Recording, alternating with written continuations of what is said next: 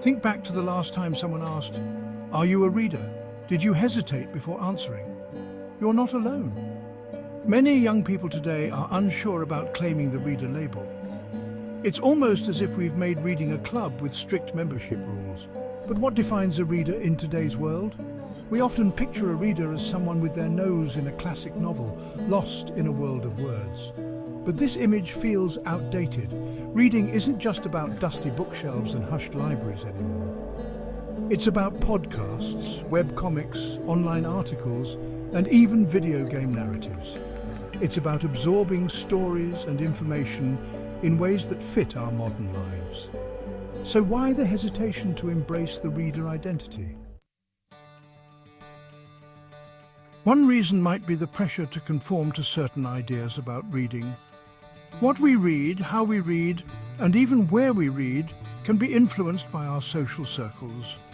Our friends, family, and communities often shape our reading habits, sometimes without us even realizing it.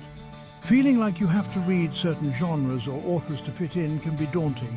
It can make us question whether we belong in the reader category at all. Gender also plays a role in how we see ourselves as readers. Traditional stereotypes about boy books and girl books persist, limiting our choices and perceptions. These stereotypes can make young men hesitant to pick up a romance novel or young women to delve into science fiction. Breaking free from these expectations allows us to explore the full spectrum of reading experiences and find what truly resonates with us. Socioeconomic factors also impact our relationship with reading. Access to books, libraries, and even quiet reading spaces can be limited for some. This inequality creates barriers to developing a strong reading identity. We need to acknowledge these barriers and work towards creating equitable access to reading resources for everyone.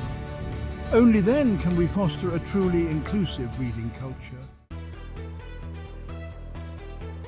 The rise of digital reading formats has further complicated our understanding of what it means to be a reader. E-books, audiobooks, and online articles have opened up new avenues for consuming written content. These formats offer convenience, accessibility, and often a more affordable alternative to traditional books. But some argue that they detract from the real reading experience, creating a divide between traditional and digital readers. This debate misses the point. The format doesn't diminish the act of reading itself. Whether we're engrossed in a physical book or swiping through an e-reader, we're still engaging with stories, information, and ideas. In fact, digital formats can make reading more accessible to those with visual impairments, learning disabilities, or busy schedules. Instead of seeing digital reading as a threat, we should embrace it as an opportunity to expand the definition of a reader and welcome more people into the fold. Graphic novels and comics present another interesting case. These visually driven narratives often get dismissed as not real reading, especially by those who hold on to rigid definitions. But graphic novels combine words and images to create powerful storytelling experiences. They can introduce reluctant readers to the joys of narrative and complex themes in a more accessible way. By recognizing the value of diverse formats, we create a more inclusive and vibrant reading landscape. Section 4. Building inclusive reading communities. So how do we move forward? How do we create a world where everyone feels comfortable embracing their reading identity regardless of format, genre, or background? The answer lies in building inclusive reading communities. We need spaces where everyone feels welcome to explore their reading interests without judgment or pressure to conform.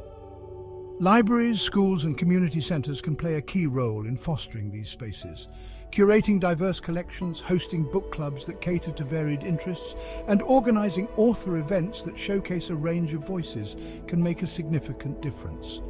By creating platforms for open dialogue about reading, we can break down stereotypes and encourage exploration.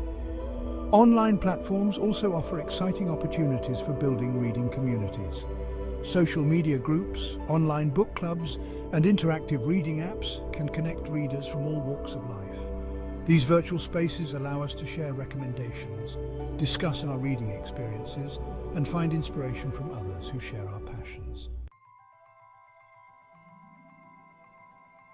Section 5, The Future of Reading, a Call to Action.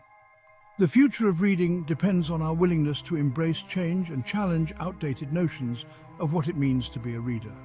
We need to move beyond narrow definitions and recognize the value of diverse reading experiences. Let's celebrate all forms of reading and create a culture where everyone feels empowered to explore the world of words and stories. This is a call to action. Let's encourage young people to embrace their reading identities without hesitation. Let's create spaces where they feel comfortable exploring their interests and connecting with fellow readers. And let's work together to ensure that everyone has access to the transformative power of reading. The future of reading is bright, and it's up to us to make it inclusive and welcoming for all.